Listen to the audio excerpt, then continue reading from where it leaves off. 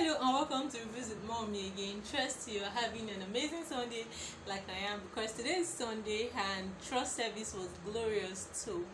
Trust you had a blessed time at God's presence today. So I have a beautiful book to review with you today.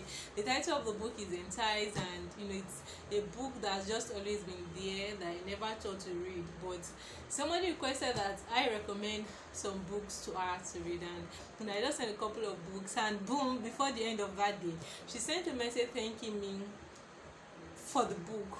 And I was like, which of the books? She said Enticed, and I was like, oh. So I decided to pick it up to read, and this book is about human trafficking. And it's so rare for you to see books on subject like that, but this book happened to be one that is about human trafficking.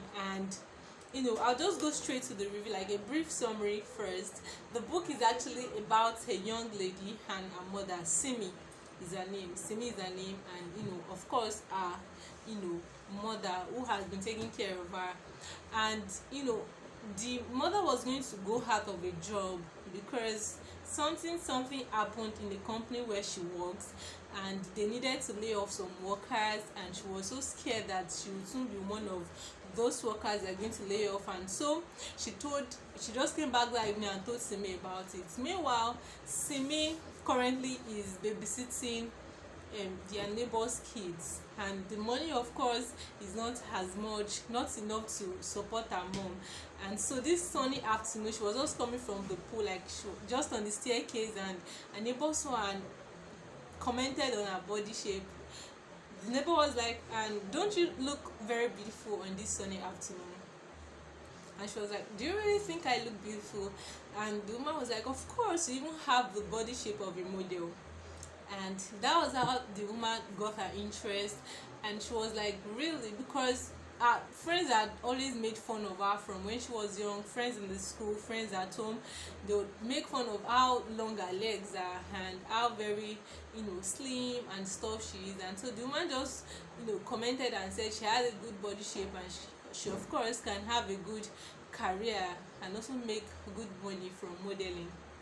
And so she started the conversation with the woman, and the woman told her how she can help her start up a modeling career, but how she first needs to create a profile, so for reference when she eventually go for interview and stuff.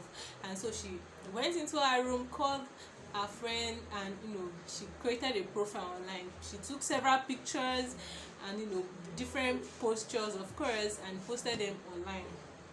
And so of course she also applied to different agencies for job, and before the end of the day she started applying. One of the agencies replied and said they would like to interview her soon, and she chose Monday as her interview day. And after doing the online interview, they said, okay, so now she passed the first phase of the interview, and they would like to proceed to the second phase, which will require that she come over to their company for the second phase of the interview. And where my suspicion came up was when the two people, that Bryce and Marsha, the two people that interviewed her, said they were going to volunteer to send a car to come and pick her up in her home for the second phase of the interview. And I was like, so who does that? Like, so as naive as she was, she's probably 17. She was just going to be 17, and so she, of course, she thought to tell her mom, but she felt okay that her mom would probably be there distracting her and stuff. And also the agencies, the two people that interviewed her representing the company, said discouraged her from bringing her friend over for the second phase of the interview. And I was like, okay, so that was okay, good enough. The following day came, they sent a car, and it was a tinted glass car. So she entered into the car with a nice black short black dress, whichever. And they went off, and they were driving. They kept driving, and they just got to this place with no name on at the beginning of the street. It was a very rough area and stuff, and they got there, and my of course my guess, I guessed right, she was kidnapped, and they eventually took her to the big warehouse where they keep all the people that they kidnap, young girls majorly. And she was just there, but one thing caught my attention. Of course, she was quite, you know anxious. She was fidgeting, she didn't know what to do. And on opening her eyes, she opened her eyes to a dark room where she was alone. And of course, after spending few days there, just in the dark room, the first person that will come to open the door for her to use the toilet was another young girl her age. And that one, of course, has turned to, she's used to the system and stuff. So she stepped out, used the bedroom. But there are some major lessons that I drew out from the book. And first was that in all of that, Simi remained calm. Of course, anybody would use any opportunity to just escape from the place by all means, through violence, through whatever.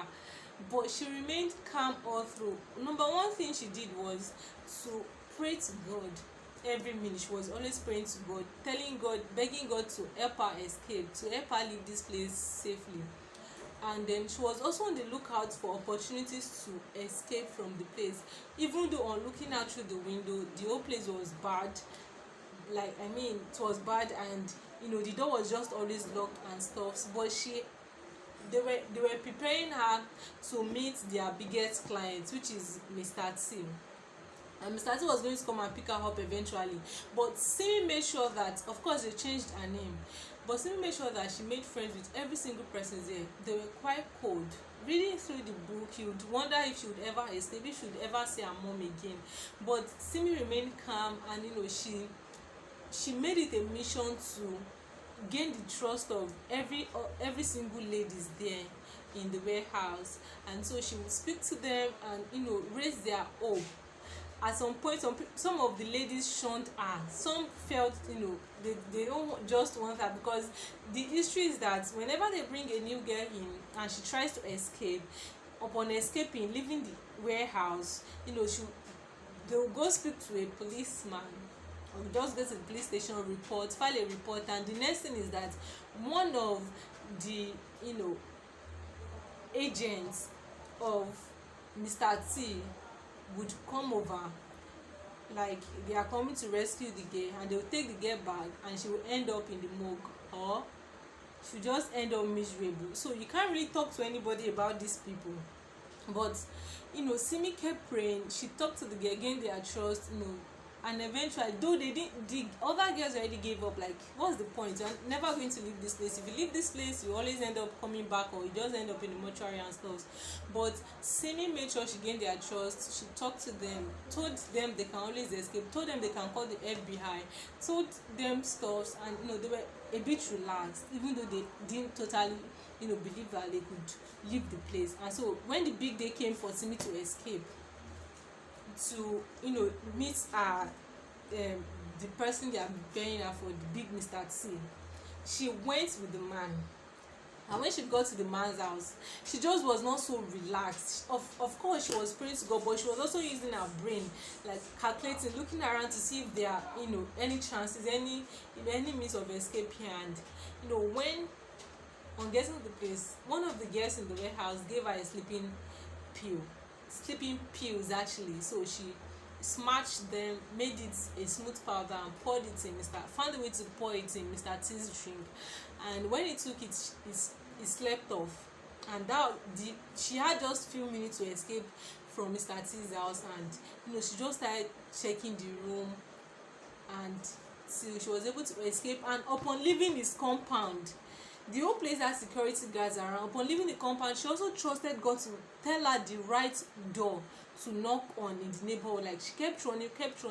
And she had, there were different houses, of course, on the left and right, but she trusted God to tell her on which door to knock on. And she knocked on one that was owned by an old woman, and she begged the man to enter.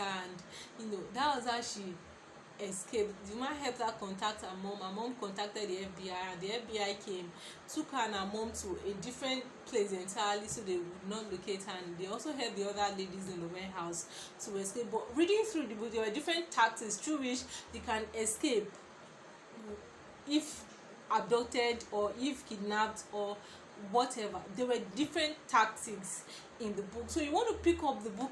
Nobody can tell, of course nothing bad is going to happen to us, but nobody can, you can just always use the knowledge.